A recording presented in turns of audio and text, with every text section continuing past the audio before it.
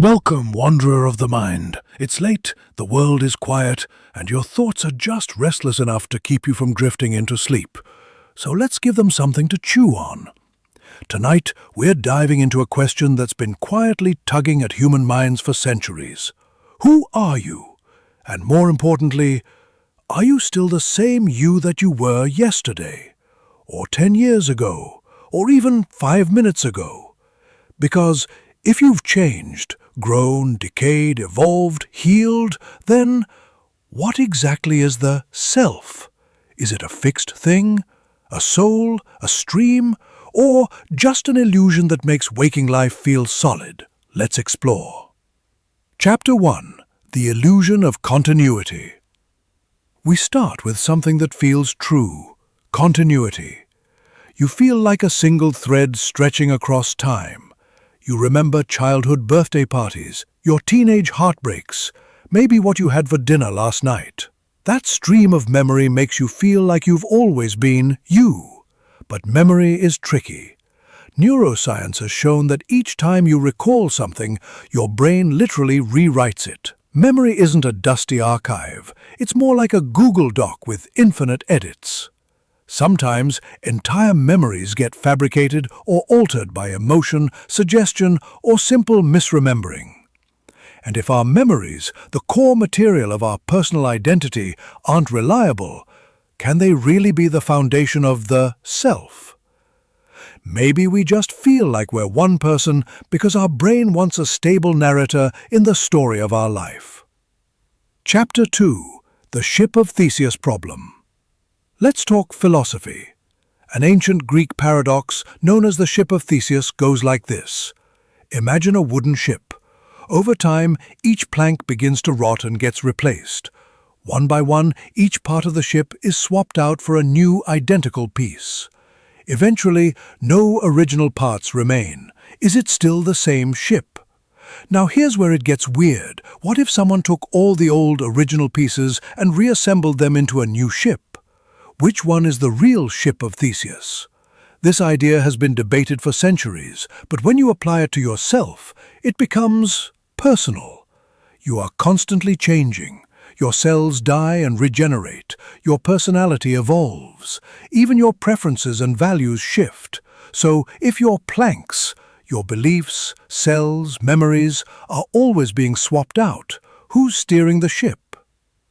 Chapter 3. You according to science. Okay, time for a little biology. Did you know that nearly every cell in your body is replaced every 7 to 10 years? Your skin, replaced every few weeks. Your taste buds, replaced every 10 days. Even your bones, rebuilt roughly every 10 years. So, physically, you're not the same person you were 10 years ago. Not even close. Now, your brain, that's a little different. Some neurons stick around for life, but their connections, their wiring, constantly adapt. Neuroplasticity ensures your brain is always learning, forgetting, and reshaping itself. So the hardware is partly the same. But the software, it's been updated thousands of times. So are you the body, the brain, the pattern? And if the pattern changes, what happens to the you inside? Chapter 4. Split brains and multiple selves. Here's something especially strange. There are people who've undergone a procedure called corpus callosotomy, where the bridge between the two hemispheres of the brain is severed to reduce seizures. These patients are perfectly functional, but in certain experiments, when information is only shown to one hemisphere, it's like two different people respond. One hand might reach for an object the other doesn't want. One side of the brain says yes, the other says no. They sometimes even argue with themselves. It's like two selves in one body. So if one brain can house multiple centers of awareness, then maybe self isn't a single light bulb. Maybe it's more like a flickering constellation. And you're just the pattern those stars make. For now. Chapter 5. The Self in Eastern Thought.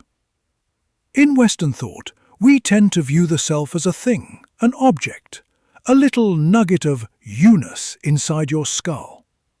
But in many Eastern traditions, the self is not a thing at all.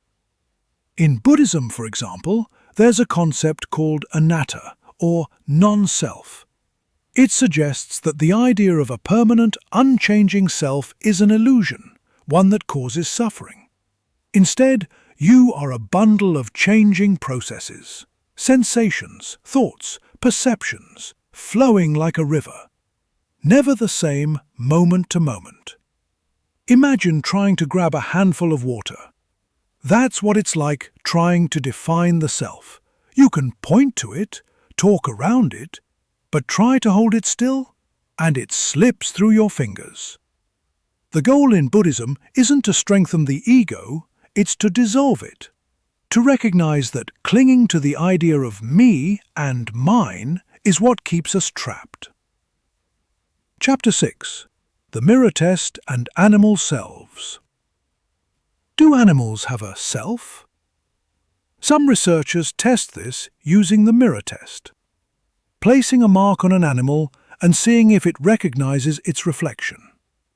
Great apes, elephants, dolphins, and even magpies pass the test. They seem to realize, hey, that's me. But does that mean they have a self like ours? Or just self-awareness in the moment? Even in humans, self-awareness isn't fully developed until around age 18 months.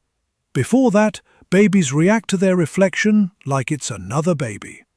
So, does the self grow in slowly? Or is it always there, but just waiting for language and memory to name it? Chapter 7. Digital Selves and Identity Drift. Some theorists say we no longer have a single self. We are networked identities, splinters of us, reflected in the minds of others and in digital archives. You may forget a bad haircut. The internet never does. So, are you the version others remember, or the one you wish they would? Chapter 8. The Self Over Time. Think about yourself at age 8. What did you love? What were you afraid of? Who did you want to be? Now compare that to who you are right now. Would 8-year-old you recognize you? Would they like you? Psychologists say our personalities do change over time. Some traits are stable, like openness or conscientiousness, but others, like beliefs or goals, shift dramatically. In fact, a Harvard study found that people consistently underestimate how much they'll change in the future. We always think we're at the final version of ourselves, but we're not. We're always beta testing. Chapter 9. So, what is the self really? All right, so let's try to put this all together. The self is not the body, because the body changes.